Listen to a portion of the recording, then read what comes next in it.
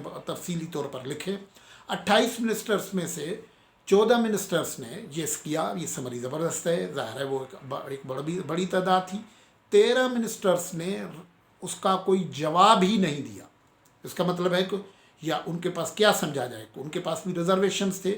ایک خاتون منسٹر جو پاکستان میں انسانی حقوق کی منسٹر ہے، وہ ظاہر اس حوالے سے پڑھی لکھی خاتون ہے، پی ایچ ڈی ہے، اور نیوکلیئر اور انٹرنیشنل پالیٹکس اور ڈیفنس اسٹریٹجیز کو بھی وہ دیکھتی ہیں، وہ پڑھاتی بھی رہی ہیں.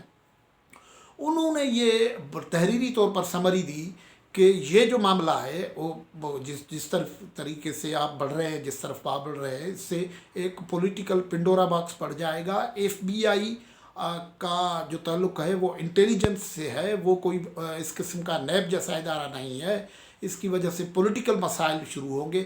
لیکن ہوا یہ کہ اس سمری کے بنیاد پہ ڈسکشن کروائی گئی کیبنٹ میں ڈسکشن جو کروائی گئی، اس میں کئی لوگوں نے ڈاکٹر شیرین مزاری کے جو موقف تھا اس کی حمایت کی. لیکن بالآخر اکثریتی بنیادوں پہ یہ طے ہو گیا کہ اتھورائز ہو گیا ہے نیب کو وہ ایم او یو سائن کرے گا. ایم او یو کے ڈیٹیلز ابھی تک کسی کے ساتھ شیئر نہیں ہو رہے ہیں، یہ امپورٹنٹ بات ہے. اور وہ ایم او یو سائن کرے گا جو ایف بی آئی امریکن انٹیلیجنس ایجنسی ہے اس کے ساتھ.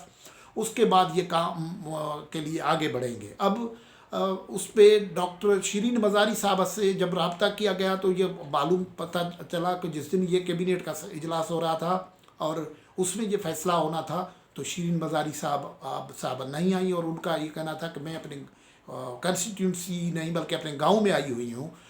تو آپ کو پتہ ہے وہ کچھ سرائکی علاقے سے ہیں تو وہ وہاں گئی ہوئی تھی. اب یہ جو معاملہ ہے اس میں کئی لوگ کہتے ہیں کہ انٹرنل فیڈرل کیبنٹ میں جو اب رفٹ ہونا شروع ہو گیا ہے کئی مسائل پہ، کہ عمران خان اس طریقے سے کام کر رہے ہیں جس طریقے سے دوسروں کی اوپینین کو دیکھا نہیں جا رہا ہے، اس لیے کئی مسائل اس طریقے سے ڈیسائیڈ کیے جا رہے ہیں. شیرین مزاری ایک انڈیپینڈنٹ وائس ہے، مسلم پی ٹی آئی کی وہ کمیٹیڈ کارکن ہے، لیکن انڈیپینڈنٹ وائس ہونے کی وجہ سے اس کے کئی مسائل پیدا ہوتے رہتے ہیں. اب عمران خان کی حکومت ایک طرف تو پارٹی کے اندر سے اس قسم کے مسائل کا شکار ہو رہی، دوسری طرف ہم دیکھ رہے ہیں کہ اتحادی جماعتیں بھی ان کا آہستہ آہستہ ساتھ جو ہے وہ چھوڑ رہی ہیں. خاص طور پر پارلیمانی فورم جو ہے ان کا، وہ تو پارلیمانی فورم کا ان میں بہت بری طرح ناکامی ہوتی ہے. جو مسلم لیگ کاف ہے وہ بھی ان کے خلاف ابھی لگی ہوئی ہے، پرویز الہی لگاتار کام کر رہے ہیں.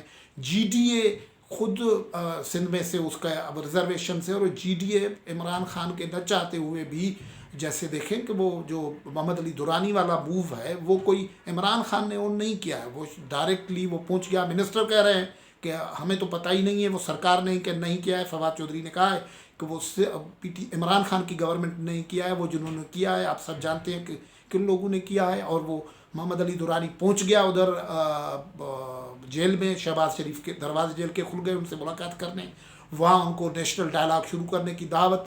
لیکن اب یہ ہوا کہ نیشنل ڈائلاگ کی ادھر سے کوشش ہو رہی تھی، ادھر اس کوشش کو ناکام کرنے کے لیے، اس کو کاؤنٹر کرنے کے لیے یہ ہوا کہ نیب کو استعمال کیا گیا. نیب حرکت میں آیا اور خواجہ آصف جو مسلم لیگ کے رہنما تھے ان کو دھر لیا گیا. ظاہر ہے وہ نیشنل ڈائلاگ کی کوشش کسی اور جگہ سے ہو رہی ہے جو عمران خان کی غالباً خواہش نہ ہوگی، یا اگر وہ بھی ہو تو اس کو تارپیڈو کرنے کے لیے وہ خواجہ آصف کو گرفتار کیا گیا. ایک یہ بات ہو گئی ہے کہ عمران خان کیسے تنہا ہوتے جا رہے ہیں، فیڈرل کیبنٹ میں اس آوازیں اٹھ رہی ہیں اس کے خلاف.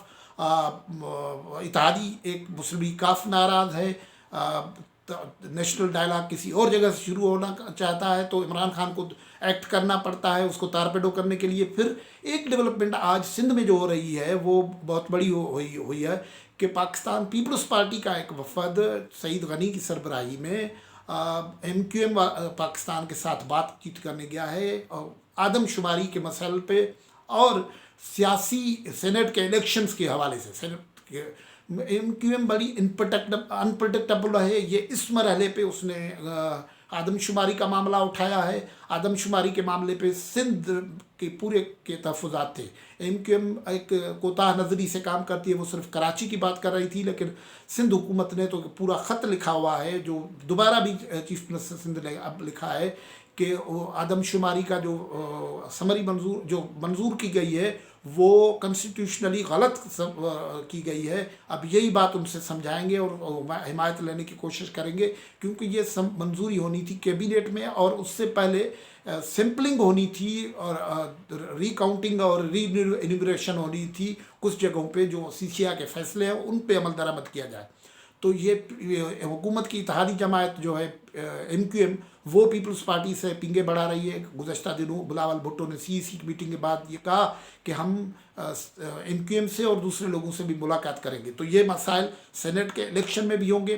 پھر یہ ہے کہ اگلے دنوں پی ڈی ایم کا جو سربراہی اجلاس ہونا ہے وہ اس وجہ سے بھی امپورٹنٹ ہوگا کہ اگر وہ استعفوں کی طرف جاتے ہیں تو دوسری کہانی ہے, تو وہ پی ڈی ایم کے اندر رفٹ پیدا کر سکتا ہے. اگر مولانا فضل الرحمان اور مریم نواز اس پہ اسٹک کرتی ہیں تو پی ڈی ایم میں رفٹ پیدا ہو گیا. لیکن ابھی تک تو جو اعلان ہے جو وقت بیچ میں آنا ہے کہ اس میں لانگ مارچ ہونا ہے اور جو لو کانفیڈنس کے مووز ہیں پنجاب میں اور فیڈرل گورنمنٹ میں اور نو کانفیڈنس موو کرنے ہیں. زرداری صاحب نے یہ کہا ہوا ہے. عملی طور پہ یہ لگ رہا ہے کہ بلاول بھٹو زرداری کو اب بیک سیٹ پہ بٹھا دیا اور پریکٹیکلی پیپلز پارٹی میں جو ہے آصف زرداری صاحب آگے گئے ہیں جو مینیورنگ کے ایکسپرٹ سمجھے جاتے ہیں.